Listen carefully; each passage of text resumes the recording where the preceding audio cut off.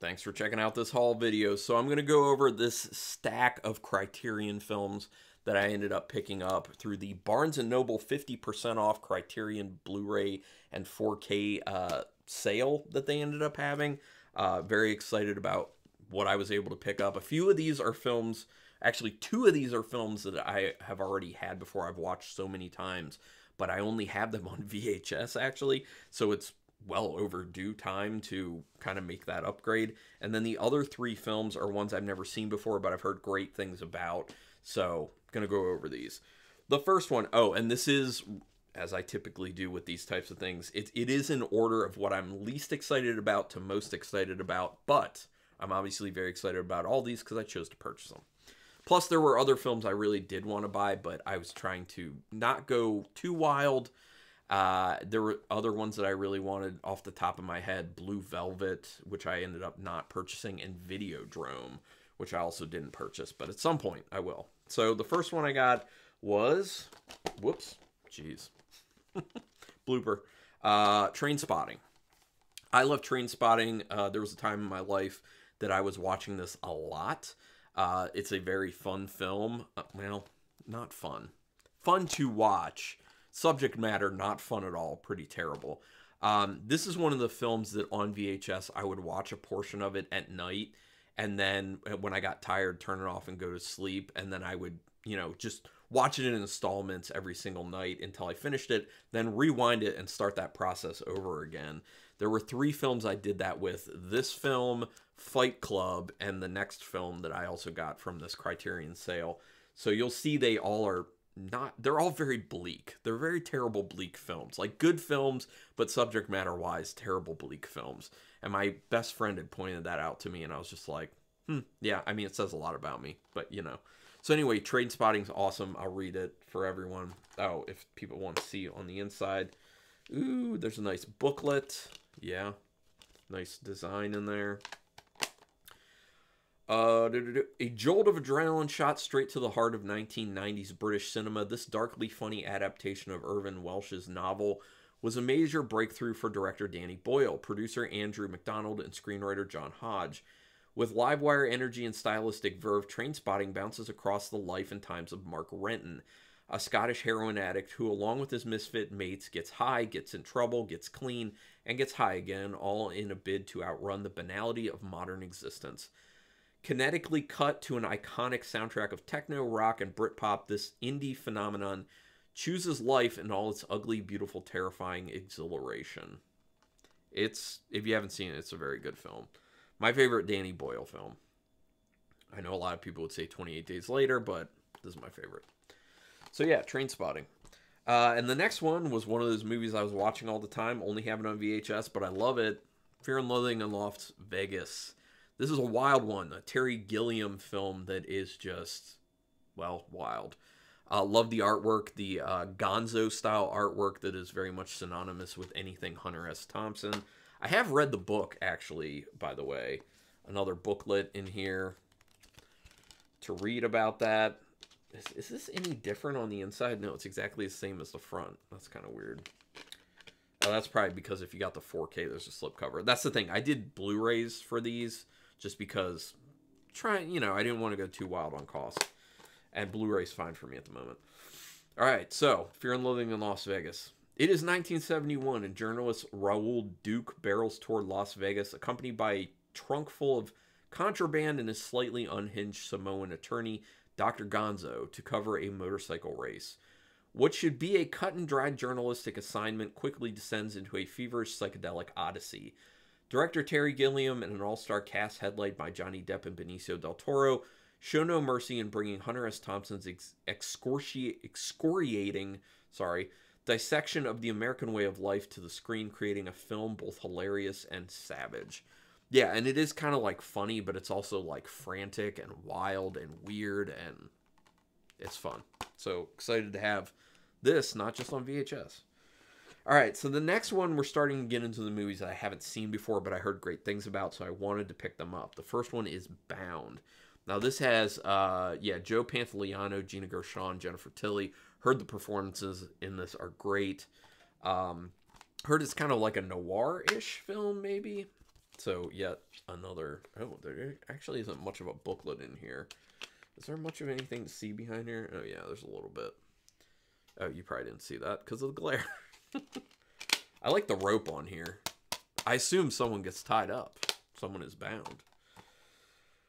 Before they blew the world's mind in The Matrix, Lana and Lily Wachowski, or is it Wachowski? I think it's Wachowski. Delivered a jolt of pure pulp pleasure with their hyper-stylish debut, which puts a deliciously sapphic spin on a crackerjack caper premise. When butch plumber Corky catches the eye of alluring Violet, little does she know she's about to be drawn into both a torrid affair and a high-stakes heist that will pit the pair against the mob. With crackling dialogue, luscious neo-noir cinematography, and live-wire performances by Gina Gershon, Jennifer Tilly, and Joe Pantoliano, Bound is a genre reimagining joyride that keeps both the tension and the erotic heat rising through each crazily careening twist. Yeah, sounds fun. I like noir and neo-noir stuff, so very interested to check out Bound. Then next, we have another one that I've heard a lot about over the years. Been meaning to get to watching this for a long time and just haven't. So now was a good time to just buy it straight up.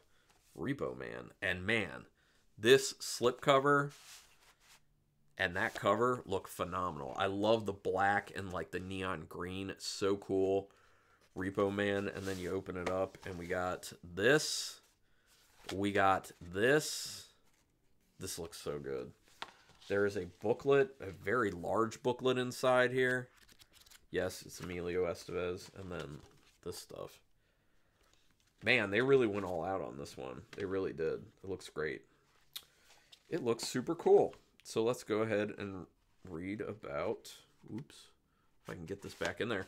Repo Man. A quintessential cult film of the 1980s, Alex Cox's singular sci-fi comedy stars the always captivating Harry Dean Stanton. Love Harry Dean Stanton. As a weathered repo man in a desolate Los Angeles.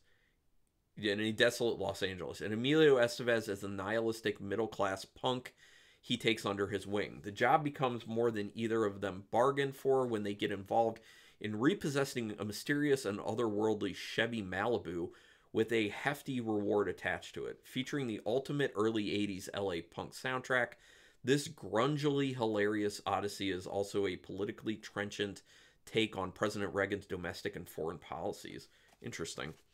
Yeah, I've just heard great things about this film, and I'm so excited to check it out. So yeah, Repo Man. Glad to have it. And then the final one is the one I'm most excited about, and I love the cover of this one. Peeping Tom. I think this actually I have is 4K. Yeah, I think I have Blu-ray and 4K for this one. Just decided to go that way with it. Yeah, Peeping Tom. Look at this. That looks awesome. I love the colors on it. Yeah. Oh, I guess I could have showed you the inside maybe. There's a little booklet, very, very small booklet. And then it's a 2-disc Blu-ray and 4K. Peeping Tom. Having brought British cinema into exalted realms of fantasy and imagination, Michael Powell took a dark detour into obsession, voyeurism, and violence with this groundbreaking meta-cinematic investigation into the mechanics of fear. Armed with his killer camera, photographer and filmmaker Mark Lewis unleashes the traumas of his childhood by murdering women and recording their deaths, until he falls for his downstairs neighbor and finds himself struggling against his dark compulsions. Received with revulsion upon its release only to be reclaimed as a masterpiece, the endlessly analyzed, still shocking Peeping Tom dares viewers to confront their own relationship to the violence on screen. I've heard a lot about this film over the years. It's another one that's been on my list to check out for a long time. So, yeah, very excited to finally have and check out Peeping Tom. And then also one of the other movies that I do want to pick up, but I actually forgot I wanted to pick up, otherwise I may have gotten it during the sale, was Repulsion. And I was reminded by the word repulsion being used in the description of Peeping Tom. So, yeah, Repulsion's another one I want to get, the Roman Polanski film. Eventually, though, I got to pace myself a little bit, because if you watch this channel, you know I get a lot of Vinegar Syndrome. I'm going to be buying some Severin. I buy things, I don't want to go too wild, but Anyway, this is where I'd love to hear from you. What have you picked up recently? It doesn't have to be movies. It doesn't have to be horror related. Just what are you excited about that you picked up recently? Go ahead and put it in the comments. Do me a quick favor, hit subscribe to my channel if you haven't already. That's your best way to repay me for the free content.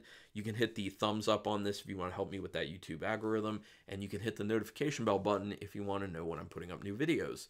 But regardless, I always want to thank people for taking their time to watch these videos. It's very weird to me that people spend to choose some of their time watching me because I'm just some dude talking about films. Yeah, it's weird, but thank you anyway. And until next time, keep it brutal.